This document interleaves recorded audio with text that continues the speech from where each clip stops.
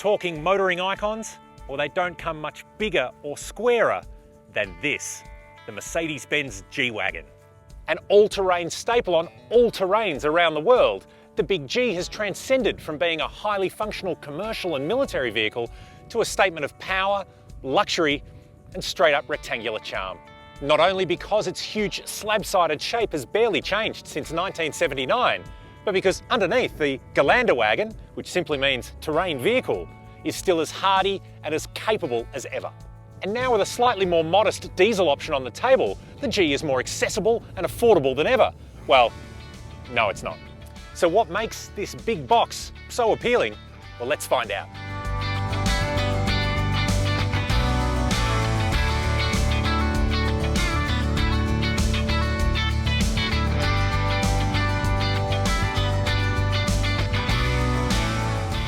So what can we learn about the Mercedes-Benz G400d? Well, first of all, we'll run through pricing and specifications, then take a look at the exterior design and point out the features that are unique to this model.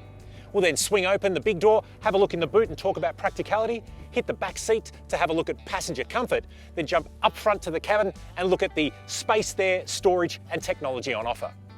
Then to understand the diesel's performance, as well as the trick off-road hardware, we'll take the big green guy for a spin around the farm. Finally, we'll run through 3 things that we really love about the G400d and also give you 3 things that remind us just how iconic this thing is. Remember a few years ago, Mercedes-Benz offered a stripped-down utilitarian variant, the G300 Professional. It was not exactly cheap, but it wasn't overly expensive and gave you a diesel engine and all the off-road G you needed for a smidge over $100,000. Well, this isn't that. And in terms of budgets, this is less farm hack, more actual farm. It may be the honest, hard-working G, but at $233,776 before options and on-road costs, it's pretty pricey. That it's a whole $65,100 less than the brutish G63 AMG is perhaps less contextual than it being over $70,000 more than a GLS 400d, which has the same engine, better tech, and a more practical interior. But as good as a GLS is, it's not a G-Wagon, and that's the point. Under the bonnet is the same OM656 3-litre turbo diesel that you'll find in the GLS 400d. With 243 kilowatts and 700 newton meters available, it is the most powerful Mercedes-Benz diesel ever offered in a passenger car. The 19-inch wheels are standard, as are multi-beam LED headlamps, heated mirrors, and a sunroof. The G400d features permanent 4-wheel drive and 3 differential locks, front, centre and rear. There's a 9-speed automatic transmission with a proper low-range mode. Australian cars also include adaptive suspension damping, which allows for better on-road handling and off-road performance. Gotta love that door slam. Well, what can you say? It is undeniably a G-Wagon. The protruding indicators, round headlamps and all angles design can ensure this thing is not mistaken for anything else. With less aggressive body styling, the G400 does look a bit more subdued than its rap mogul big brother, the G63 AMG. Here you'll find alloy flourishes including side steps and the spare wheel cover. A choice of 17 paint colours, this one, emerald green, is a no-cost option. And an exhaust pipe, well, that comes out the back. Now, a couple of fun things here on the door jamb. Not only do you get a little plaque that says that your G-Wagon has been proven on the Schockel mountain range near where these are produced in Graz in Austria, but you also get a door latch of the same design that featured on the original 460 series G-Wagon from 1979. And of course that means you get that iconic noise. Now before we go any further, listen to this. It just sounds like Fort Knox. Speaking of which, it's like a vault. Swing open the big rear door, which is quite heavy but hydraulically assisted, and you get a 667-litre boot, which is a pretty reasonable and usable size. You can fold the rear seats, not exactly flat though, for a total of 1,941 litres, which is a lot, but expected, seeing as the G is just a big box. Now it's worth noting, if you're using one of these at the shops, this is not a soft closing door. You really need to put your back into it every time you close the boot. Let's have a look in the back. Well, it's nice to be out of the wind. And I guess big rectangular car means big rectangular space. I'm 6'3" and I have a stack of head and toe and knee and leg and shoulder and arm room. You could fit 3 of me across here and still be very comfortable. In terms of creature comforts, we've got a central armrest with cup holders. These seats are heated. We've got our own climate control here, and down in the cubby is a 12-volt outlet and a USB port. There are 2 Isofix child seat anchor points too. Our car has the $800 off-road pack fitted, which sounds really cool, but is basically these rubber floor mats, mud flaps on the back, and a bit of an alloy trim on the front. Now, before we get in, it's worth noting that the 283mm ground clearance and overall size of the G-Wagon puts the driver's seat base roughly a metre above the ground. So regardless of your height, you have to climb up to get in. Plus, there's no keyless entry, so you have to click and hoik on those terrifically over-engineered door handles every time you get in, serving as a reminder, whether it's a blessing or a curse, of why you chose a G. When the G-Class was updated in 2018, one of the main areas of focus was the dashboard and centre console here.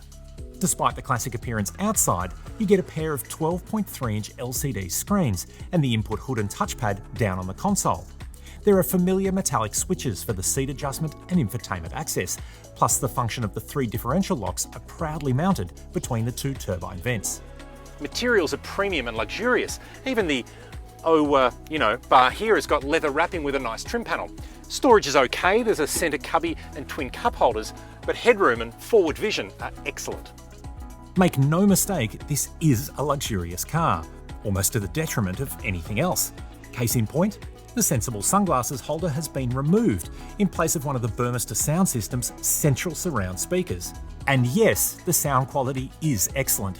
And also yes, those big lens Bulgaris are probably not going to fit. The good bit about the infotainment system in the G400 is you don't get smudgy fingerprints all over the screen. The bad bit being, because it's not a touchscreen, instead you have to use the old command style touchpad and wheel down here on the console. It's not a bad system though, despite missing some of the whiz-bang features of newer Benzes and the MBUX operating system. Navigation and DAB radio are included, as is Mercedes-Me connectivity and telemetry access from your phone. It all works reasonably well, like it did when introduced about 8 years ago, but it would have benefited from a touch interface, particularly when using Apple CarPlay. Right, well, enough of all that. Let's hit the road. Or more accurately, off the road. Behind the wheel of the G-Wagon, you sit up straight, you've got that massive flat windscreen, you can see the indicators on the front guards. It's an experience. It's a fun experience because there's not really anything like this. The impressive nature of what Mercedes has done since the late 1970s to basically combine what they know from commercial and military vehicles and put it in something that actually works to drive around town, I tell you what, it is pretty impressive. Steering is light and manageable enough, but the proportions of the G make it hard to see just where anything ends, which has to present some unnecessary challenges if you are using this around town. But with all that considered, you know pretty early on that you're not driving a refined, modern, well thought out SUV. This is very much a truck. It's part of the appeal, sure, but go in with your eyes open. Don't expect this to be a cosseting and modern environment with which to spend time behind the wheel. And I tell you what, that's part of the car's appeal. Underneath the G400 is a ladder frame chassis which is up to 3.4mm thick in places, and coil springs at all corners, which use the adaptive dampers we mentioned earlier. This affords the G some flexibility in on-road compliance as well as off-road performance. And I guess here's the thing, whether you're buying it for this or not, one of the most appealing factors of the G-Wagon is you can go from a very pleasantly paved gravel road and, well, just turn off it and be immediately somewhere else on whatever terrain you want. And the car just doesn't skip a beat. It basically will go absolutely anywhere and everywhere. And even here, right, we're just on a farm. It is It's not really hardcore off-road, but there are undulating surfaces, there are slippery surfaces. We're going between grass and granite. G just doesn't care. It is just walking through absolutely everything. And one of the key things about this car is the fact that it is tremendously capable off-road. You have 3 differential locks: front, which splits power front and left and right at the front, and a rear which does the same, but then a central diff lock which basically makes sure that the car has 50% of its power running between front and rear wheels. So you're basically telling it what you want to do. The thing is, that's all great if you're in mud or snow or whatever, and it sounds really cool to have, but honestly, this thing is so capable right out of the box. You don't actually need it. We're coming down what is quite a steep decline. Car doesn't care, it just bumps through it and we're on our way. And that is, I guess, part of the timeless appeal of the G-Wagon, which I feel is lost a little bit where this car has somewhat won over a bit of a pop culture crowd to be seen more in music videos and by reality stars than actually out on the beaten track. And I guess at $250,000, you can kind of understand why. Ergonomics though are good, as is visibility out the front.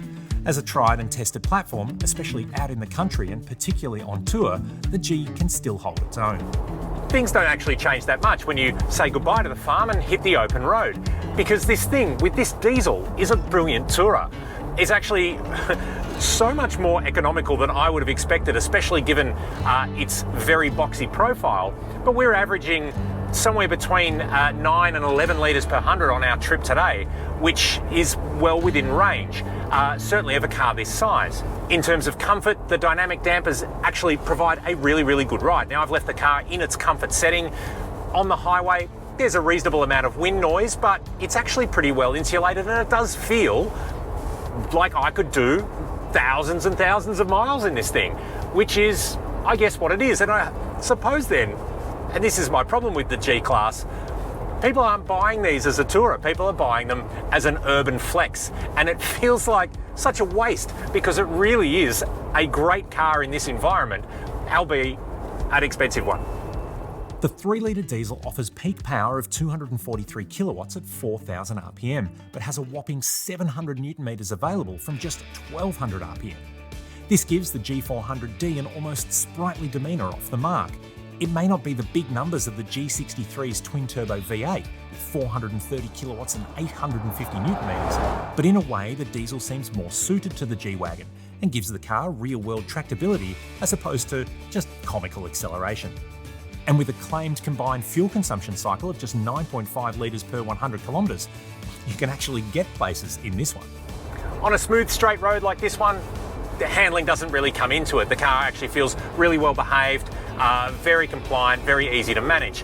You find if you're dealing with tight corners and sort of strong direction changes, you can feel the weight of the G-Wagon moving around. It's not a very nimble car. You're not expecting it to be a particularly nimble car, but it certainly feels a hell of a lot more well behaved than it really has any right to. At the start of this clip, I introduced the G400 as an icon. It's an indelible part of the motoring landscape. You show someone a picture of this, and odds on they know what it is. This car has become part of popular culture. It is a cult classic.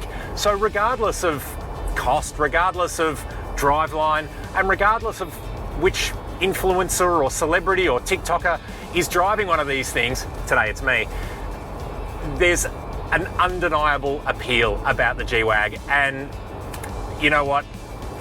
I'm here for it. I'm all good. I like to see us have automotive icons, and I like to see them celebrated as they are. All right, well, pros and cons. I think you can probably guess that the first thing we're going to say that we love about the G400 is just how ridiculous that it is. It's so infinitely likeable. That iconic and timeless character is very hard to go past. The 3-litre diesel is impressive too, and very well matched to the car. The fact that it offers respectable performance and efficiency in a 2.5-tonne box should say enough. And finally, that door clunk. I mean, this thing is engineered like a bank vault, and it reminds you every single time you close the door. Now, as for areas where the G400 can improve, I'm really surprised that Mercedes have not rolled out their latest MBUX infotainment software into the dashboard of this car, especially because you have those two 12-inch screens, and you are paying $250,000, which leads to our next point, the value. It's not really there. Finally, and it may seem petty, I'm not really a fan of those wheels. I'd go a size smaller if I could. So the G400d, well really, what's not to like? It's fun, it's cool, it's tremendously capable, and both here on the farm and on the drive out here, it was comfortable, relatively efficient, and is more practical than I thought it would be. The thing is though, if you're shopping for a comfortable, efficient, practical Mercedes-Benz, just get a GLS. It's got better technology and even more luxury to boot. Or if you are shopping for something that can handle the town and country vibe of a G-Wagon, maybe look at a Defender and buy a farm with what you have left on the change, because for $250,000 for that car to not even be the top of the range, it's a fair ask. And I think this is the point. It's not that much more to go for the fire-breathing twin-turbo V8 G63, a car that I can tell you what, they might have been making that since 1979, but they're not going to be making a car like the G63 for much longer. So I'd suggest you just simply pull your resources and go all in on the G and get that one while you still can. Now I know the big green guy here does look good, but how would I spec my perfect G? Starting with the G400, I'd opt for the bold Designo sea blue metallic paint, and then go for the smallest 18-inch wheels with some off-road rubber. I'd probably get those painted black too. On the inside, I'd take the light macchiato beige and, you know, the off-road pack for those rubber floor mats. Well, we hope you enjoyed this clip. Hit like if you did, and of course don't forget to subscribe and hit the bell icon so you receive a notification every time a new video is published. Of course, if there's anything more that you want to know about the Mercedes-Benz G400d, you can head on over to Drive.com.au for a full and detailed review and even more great photos.